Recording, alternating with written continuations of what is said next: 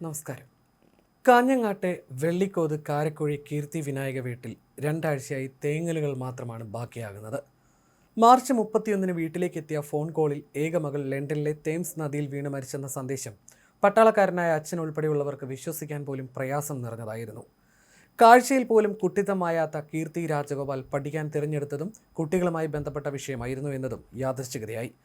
ഇന്ത്യയിൽ കാര്യമായി വികസിക്കാത്ത കോഴ്സ് പഠിക്കാൻ ഏറ്റവും നല്ലത് ലണ്ടനിലാണെന്ന ഉപദേശം സ്വീകരിച്ചാണ് ലണ്ടൻ കിങ്സ് കോളേജിലെ international child right and development എന്ന ന്യൂജൻ കോഴ്സ് പഠിക്കാൻ 25-കാരിയായ കീർത്തി എത്തുന്നത്.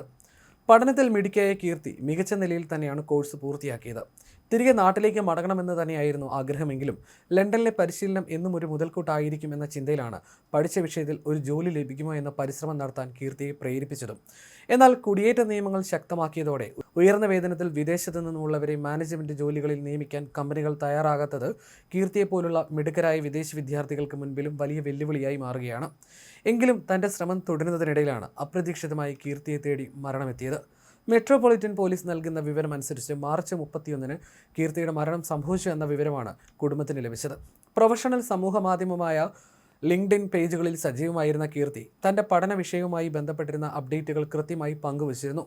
തൻ്റെ പഠനശേഷം ബിരുദദാന ചടങ്ങിൻ്റെ ഫോട്ടോ പ്രിയപ്പെട്ടവർക്കായി സമർപ്പിക്കുമ്പോൾ ഇതൊരു വിജയാഘോഷ ചിത്രമല്ല, മറിച്ച് അവകാശങ്ങൾക്ക് വേണ്ടി പോരാടുന്ന കുട്ടികൾക്ക് വേണ്ടിയുള്ള ചുവടുവെപ്പുകളിൽ ഒന്ന് മാത്രമാണെന്ന് കുറിച്ചിട്ട കീർത്തിയുടെ വാക്കുകളിൽ ലണ്ടനിലെ പഠനവും വിദ്യാർത്ഥി ജീവിതവും അവളെ എത്രമാത്രം മാറ്റിയെടുത്തിരുന്നുവെന്നും വ്യക്തമാണ്.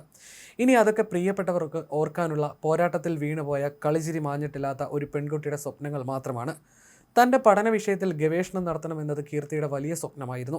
വിദ്യാർത്ഥി വിസയിൽ UK-യിലെത്തിയ കീർത്തി രാജഗോപാൽ പോസ്റ്റ് സ്റ്റഡി വിസയിൽ ജോലിയിൽ തുടരുകയായിരുന്നു. ഗവേഷണ പഠനത്തിനുള്ള തയ്യാറെടുപ്പ് നടത്തിയിരുന്നു. ലണ്ടനിലെ ഡെസിമ സ്ട്രീറ്റ് സർജറിയിൽ പേഷ്യൻ്റ് സർവീസ് അഡ്വൈസറായി ജോലി ചെയ്തിരുന്ന കീർത്തി ഈസ്റ്റ് ലണ്ടനിലെ കാനറി വാർഫിന് സമീപമുള്ള ടവർ ഹാംലെറ്റ്സ് ബറോയിലാണ് താമസിച്ചിരുന്നത്.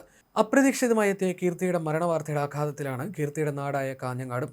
ലണ്ടനിൽ നിന്നും നാളെ പുലർച്ചെ മാംഗ്ലൂർ എയർപോർട്ടിലെത്തുന്ന കീർത്തിയുടെ മൃതദേഹം വൈകാതെ വീട്ടിലെത്തിക്കാനുള്ള ഒരുക്കങ്ങൾ പൂർത്തിയാക്കിയിട്ടുണ്ട്. മൃതദേഹം നാട്ടിലെത്തിക്കുന്നതിന് UK-യിലെ മലയാളി അസോസിയേഷനുകളും സുഹൃത്തുക്കളും സജീവമായി ഇടപെട്ടിരുന്നു.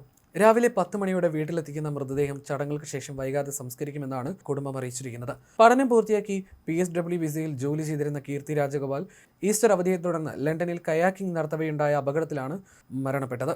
തെംസ് നദിയിൽ വോൾവിച്ച് ഭാഗത്തു നിന്നുമാണ് ബെക്സ്ലി സ്റ്റേഷൻ പോലീസ് ഉദ്യോഗസ്ഥർ കീർത്തിയുടെ മൃതദേഹം കണ്ടെത്തിയത്. മുൻ സൈനിക ഉദ്യോഗസ്ഥനായ കേണൽ രാജഗോപാലിൻ്റെയും റീനയുടെയും മകളാണ് കീർത്തി.